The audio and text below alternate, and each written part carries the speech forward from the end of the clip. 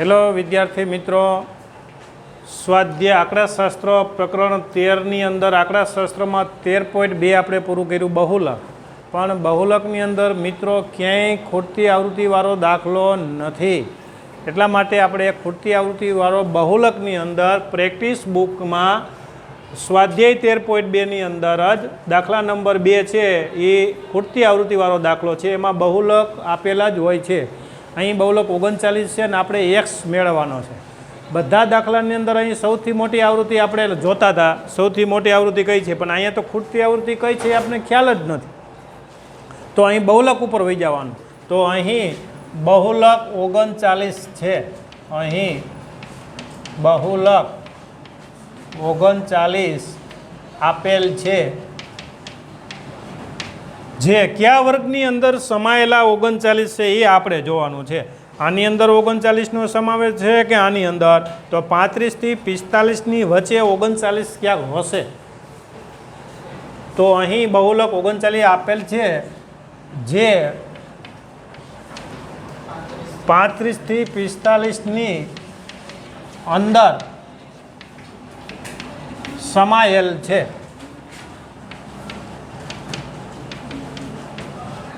જે બહુલક વર્ગ ગણાશે તે બહુલકીય વર્ગ ગણાશે.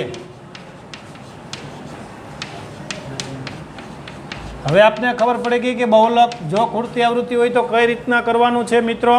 ફરી કહું, 39 અહીં બહુલક આપને આપેલો છે, તો 39 આની અંદર સમાયેલા છે. તો અહીં 39 એ 35 થી 45ની વચ્ચે અંદર સમાયેલા છે, તેથી તે જ બહુલકીય વર્ગ થશે. એટલે બહુલકીય વર્ગ હવે આપણો 35 થી 45 છે, તેની એનું L એટલે 35 F1, એટલે જે 35 45ની સામેની જે આવૃત્તિ હોય 7 F1, F0 એટલે ઉપર, તો અહીં F0 ઉપરમાં x છે તો x, અને F2 એટલે નીચે જે વર્ગ હોય તેની નીચે તો કે 4. અને બહુલકીય વર્ગની વર્ગ લંબાઈ 35 અને 45 એટલે 10નો ગાળો, તો 10. Z બરાબર L plus F1 F0 2F1 F0 F2 અને ગુણ્યા H. અહીં બહુલક આપને આપેલ જ હશે, 39 બહુલક છે, તો બહુલક 39 ભૂલાય નહીં ખાસ. L એટલે અધસીમાં 35 વત્તા F1, તો અહીંયા મિત્રો F1 આપણી પાસે 7 માઇનસ F0 એટલે x 2F1 એટલે 2 ગુણ્યા 7 F0 એટલે x F0 x minus F2 એટલે કે 4 અને ગુણ્યા h એટલે આપણી પાસે છે 10.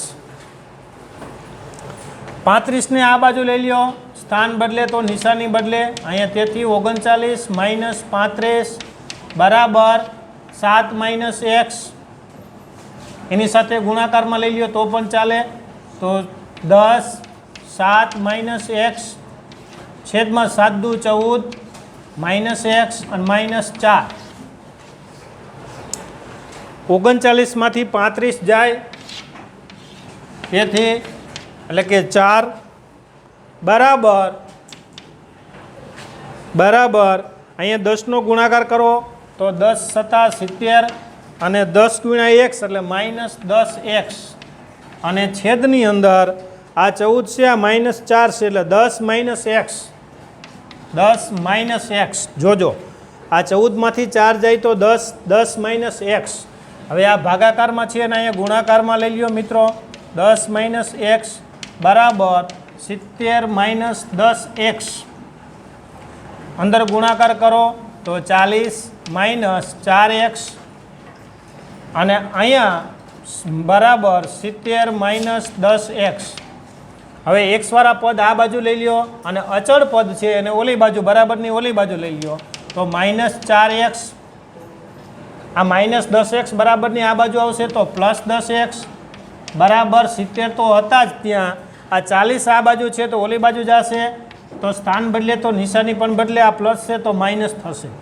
અહીંયા માઇનસ 4x 10x એટલે 6x, અને બરાબર 70માંથી 40 જાય તો 30 વધશે, તો 30.